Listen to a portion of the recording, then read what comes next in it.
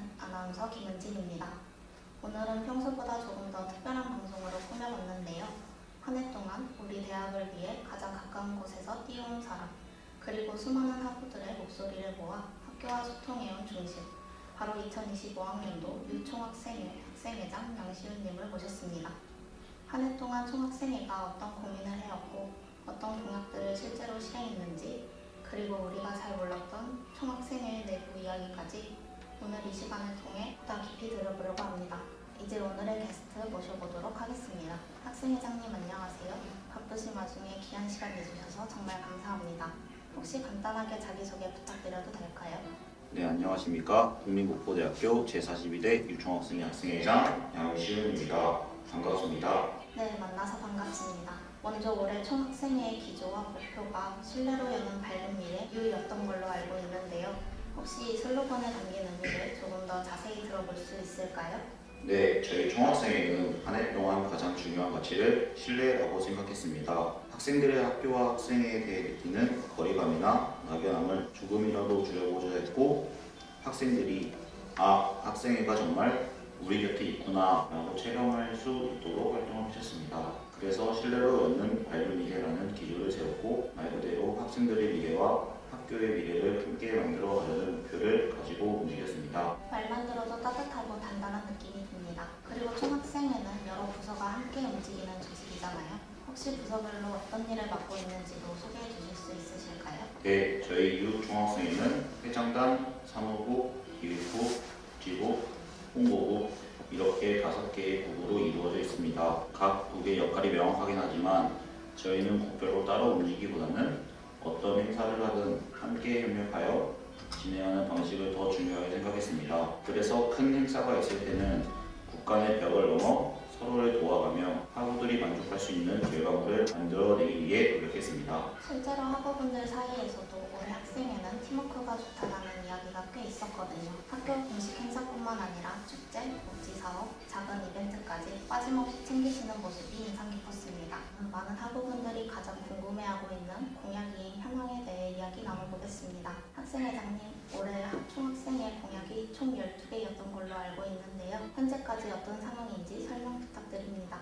네, 총 12개의 공약 중 10개는 이미 성과를 이뤘습니다. 그리고 2개는 내년에도 지속될 수 있도록 현재 관계자분들의 협의 과정에 있는 상황입니다. 올해 안에 마무리가 되지 못한 부분은 최대한 인수인계 과정에서 다음 학생회가 이어갈 수 있도록 준비하고 있습니다. 12개 중 10개라는 정말 높은 이익률이네요. 특히 올해는 코로나 이후 캠퍼스 생활이 완전히 회복되는 시기라 학생들의 요구나 변화도 많았을 것 같은데요. 혹시 실행 과정에서 어려움이나 고민도 있었나요?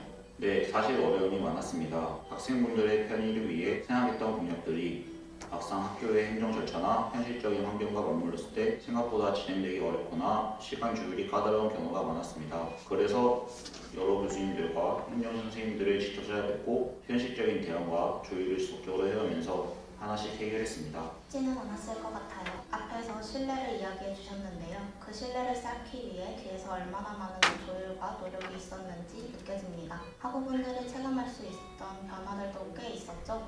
예를 들면 복지 사업이나 환경 개선 같은 부분들이요. 네, 학생들이 직접 체감할 수 있어야 의미가 있다고 생각했습니다. 그래서 일부 사업은 속도보다 실질적인 변화에 더 무게를 두고 진행하였는데요. 작은 변화라도 학생들이 체감하고 만족할 수 있도록 늘 생각하며 움직였습니다. 네, 공약이라는 것이 단순히 선언이 아니라 결국 학생들에게 닿아야 의미가 생기는 것이니까요. 총학생회가 한 해 동안 학생들과 어떤 방식으로 소통해 왔는지, 그리고 자주 받았던 질문이나 건의사항은 무엇이 있었는지 이야기 나눠보겠습니다. 학생회장님, 올해 가장 많이 받았던 질문은 어떤 내용이었나요? 아무래도 학생생활과 직접 연계된 질문들이 많았습니다. 버스 노선, 수업 운영 방식, 학교 내 편의시설 개선 등 하루하루 학생들이 실제로 겪는 불편에 대한 문의가 가장 많았습니다. 그러나 저희가 바로 해결할 수 없는 문제더라도 학생들이 보내는 목소리를 최대한 책임감 있게 전달하기 위해 노력했습니다.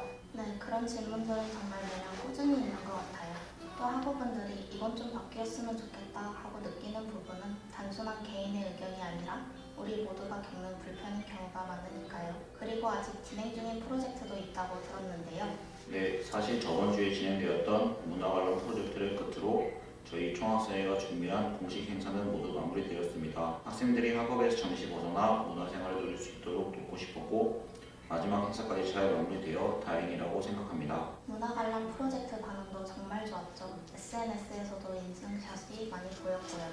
이처럼 총학생회가 학생들의 의견을 듣고 발빠르게 움직여준 부분이 많았기 때문에 올해 학생들이 학생회에 느끼는 신뢰도도 확실히 올라간 것 같습니다. 학생회장님, 임기도 이제 얼마 남지 않았는데요. 남은 기간 동안의 목표가 있다면 어떤 것일까요?